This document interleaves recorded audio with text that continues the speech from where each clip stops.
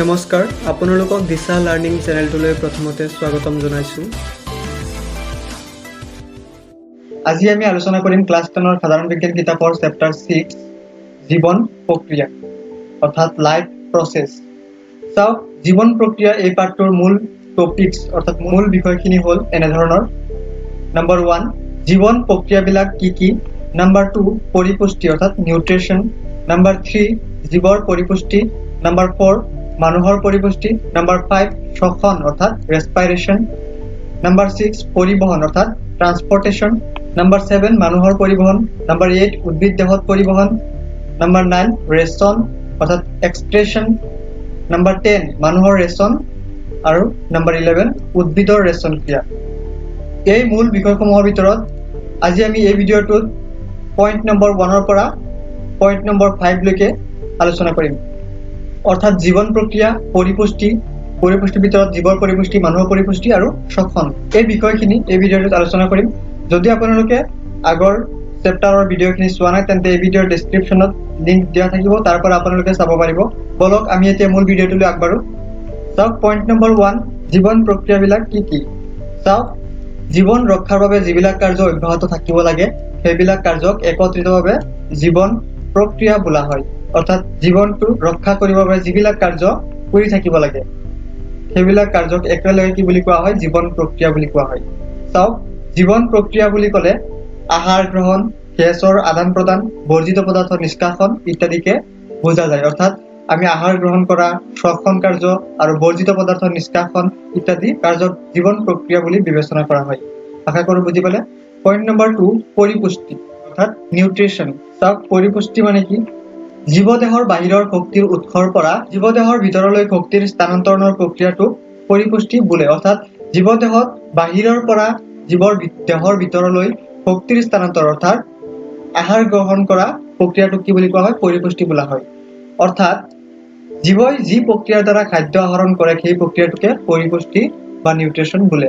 অৰ্থাৎ যি প্ৰক্ৰিয়া বা বাহিৰৰ পৰা খাদ্য বস্তুখিনি যি পদ্ধতিৰে বা যি প্ৰক্ৰিয়াৰ দ্বাৰা জীৱই খাদ্য গ্ৰহণ কৰে অৰ্থাৎ জীৱৰ ভিতৰলৈ খাদ্যখিনি কঢ়িয়াই নিয়ে সেই প্ৰক্ৰিয়াটোক কি বুলি কোৱা হয়? পৰিপুষ্টি বা নিউট্ৰিশন বুলি কোৱা হয়। চাওক পৰিপুষ্টি দুই প্ৰকাৰৰ। পইণ্ট 1 স্বপোষীয় পৰিপুষ্টি আৰু পইণ্ট 2 পৰপোষিত পৰিপুষ্টি। আমি আগলৈ স্বপোষীয় পৰিপুষ্টিনো কি আৰু পৰপোষিত পৰিপুষ্টিনো কি এই বিষয়ে জানিবলৈ পাম। তাৰ পাছত চাওক পইণ্ট 1 স্বপোষীয় পৰিপুষ্টি। স্বপোষীয় জীৱই প্ৰয়োজনীয় কাৰ্বন আৰু শক্তি সালোক সংশ্লেষণ প্ৰক্ৰিয়াৰ দ্বাৰা সংগ্ৰহ কৰাকে স্বপোষীয় পৰিপুষ্টি বোলে। অৰ্থাৎ স্বপোষী জীৱ যিবিলাকে নিজৰ পুষ্টি নিজে আহৰণ কৰিব পাৰে তেনে অৰ্থাৎ স্বপোষী জীৱই প্ৰয়োজনীয় কাৰ্বন বা শক্তি অৰ্থাৎ আহাৰসমূহ সালোক সংশ্লেষণ প্ৰক্ৰিয়াৰ দ্বাৰা সংগ্ৰহ কৰে তাকে স্বপোষীয় পৰিপুষ্টি বোলে। স্বপোষীয় পৰিপুষ্টিৰ উদাহৰণ হিচাপে আমি যেনে উদ্ভিদ। তাৰ পাছত পইণ্ট নম্বৰ 2 পৰপোষিত পৰিপুষ্টি। তাক পৰপোষিত পৰিপুষ্টিনো কি? কিছুমান পৰপোষিত জীৱই প্ৰয়োজনীয় আহাৰ আৰু শক্তি আন উৎসৰ পৰা আহৰণ কৰে তাকে কি বোলে? পৰপোষিত পৰিপুষ্টি বোলে। অৰ্থাৎ কিছুমান জীৱ আছে যিবিলাকে আন জীৱ বা আন উৎসৰ পৰা শক্তি আহৰণ কৰে অৰ্থাৎ আহাৰ গ্ৰহণ কৰে, তেনে আন উৎসৰ পৰা আহৰণ কৰা পুষ্টিকে পৰপোষিত পুষ্টি বোলে। চাওক পৰপোষিত পুষ্টিৰ উদাহৰণ হিচাপে যেনে গৰুৱে ঘাঁহজাতীয় উদ্ভিদক, বাঘ বা সিংহ আদিয়ে আন প্ৰাণীক আহাৰ হিচাপে গ্ৰহণ কৰে। অৰ্থাৎ গৰুৱে ঘাঁহজাতীয় উদ্ভিদ খায়, ঠিক তেনেদৰে বাঘ, সিংহ আদি জন্তুৱে মাংস ভোজী প্ৰাণী হিচাপে আন প্ৰাণীক খাদ্য হিচাপে গ্ৰহণ কৰে। গতিকে যিবিলাক পৰপোষিত জীৱই প্ৰয়োজনীয় শক্তি বা আহাৰ আন উৎসৰ পৰা আহৰণ কৰে তাকে পৰপোষিত পৰিপুষ্টি বোলে। আশা কৰি বুজি পালে। তাৰ পাছৰ পইণ্টটো চাওক পইণ্ট নম্বৰ 3 জীৱৰ পৰিপুষ্টি। জীৱৰ খাদ্য আৰু ইয়াৰ আহৰণ প্ৰক্ৰিয়া ভিন্ন হোৱাৰ বাবে জীৱৰ পাচনতন্ত্ৰ ভিন্ন প্ৰকাৰৰ হয়। এককোষী জীৱৰ ক্ষেত্ৰত ইহঁতৰ দেহৰ বহিৰাৱৰণখনে খাদ্যবস্তু সংগ্ৰহ কৰে। জীৱসমূহৰ দেহৰ গঠন যিমানে জটিল হয় সিমানে বেলেগ বেলেগ কাৰ্য সম্পাদনৰ বাবে নিৰ্দিষ্ট অংগৰ সৃষ্টি হয়। বিভিন্ন জীৱৰ দেহৰ গঠন জটিল যিমান হ'ব সিমানে সিহঁতৰ কাৰ্য সম্পাদন বা পৰিপুষ্টিৰ প্ৰক্ৰিয়াটো বেলেগ বেলেগ হয়। উদাহৰণ হিচাপে চাব পাৰে এমিবা আৰু পেৰামেচিয়ামৰ দৰে এককোষী জীৱই নিজৰ দেহৰ নিৰ্দিষ্ট আকৃতিৰ বাবে বিভিন্ন ধৰণে খাদ্য সামগ্ৰী গ্ৰহণ কৰে।